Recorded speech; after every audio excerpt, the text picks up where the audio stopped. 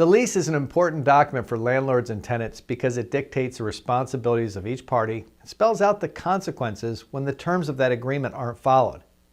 Make sure you have a strong lease in place because it's your best defense against any disputes that could arise during a tenancy.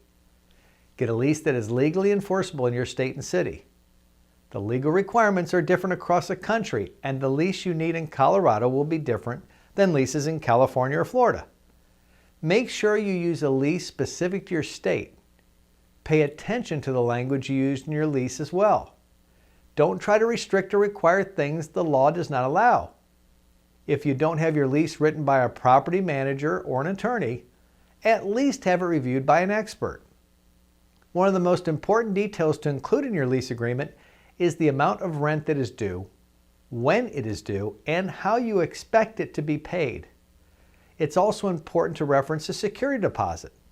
The lease should state how much was collected and where it will be held. You'll need to be specific about how that security deposit is returned at the end of the lease. Again, there are legal requirements that dictate how the deposit is held and the time you have to return it. Make sure your lease is compatible with those laws. The lease is your place to list all the rules and requirements associated with your rental property.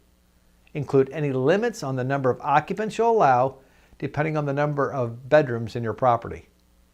If you're going to allow pets, make sure the lease reflects the breeds you will and won't allow, and whether you have size or age restrictions. Your lease needs to be detailed, specific, and legally enforceable. And if you're having trouble finding a lease that reflects your property and your local laws, contact us at Highland Realty and Management.